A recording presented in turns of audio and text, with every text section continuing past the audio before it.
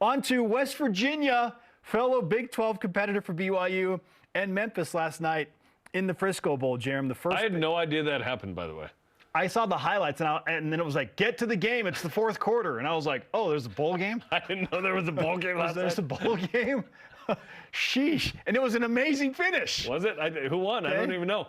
It was Memphis in a weird scenario at the end of the game. They had an interception, but Did they throw any punches? Memphis thought nope, they didn't, at least not that I know of. Intercepted the ball, and the game's over, but he fumbled on the interception. So the West Virginia thought they were going to have another last-second Hail Mary attempt, but for some reason they decided to uphold the fumble or reverse the call. It was a fumble, and they messed up the call. So that's how the game ended, 42-37 in favor of Memphis. Fun.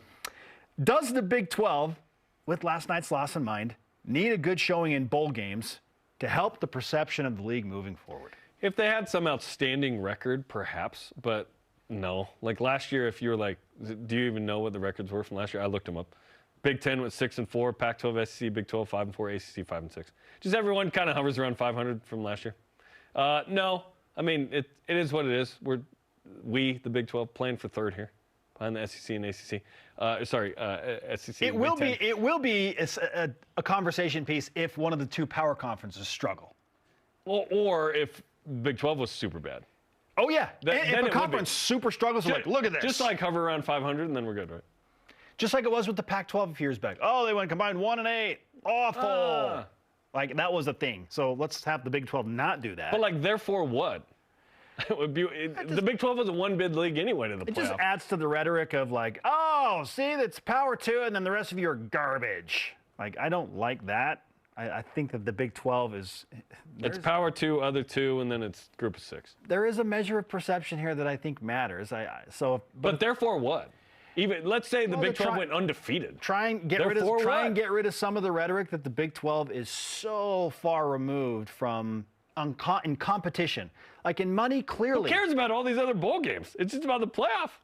The Big 12 only got one team in. What's done is done. Are you rooting for Arizona State to probably beat Texas? I would love for the Big 12 to do well in stuff, but ultimately, who cares? It's about the playoff. Who cares about these other If the Big 12 games? is matched up with an SEC team or a Big 10 team and they beat them head-to-head, though, I think there is something that matters there. It will matter to the Big 12, probably more than it matters to the SEC and the Big 10, but it will be a thing. It will be. I don't think so. I feel differently.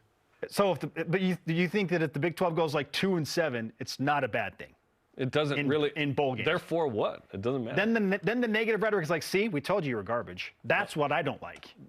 What does it mean though? It doesn't mean anything. I don't like that the national rhetoric is out there. That's what I don't like it. But like, it doesn't mean anything. It's just to you, it's a but tweet to the that nation, flows to the away. people. Do you think social media has an influence on people and what opinions of people do? Like, it matters to them. It can't help or hurt what already happened, which is one bid to the playoff.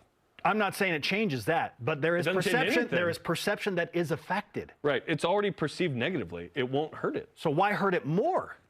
But it won't help it. It doesn't matter. I'm trying to say avoid it. Avoid the worse. Like if it doesn't help, fine. But avoid the bad. Avoid the catastrophe. The catastrophe already happened. One bid. It's over. Yeah.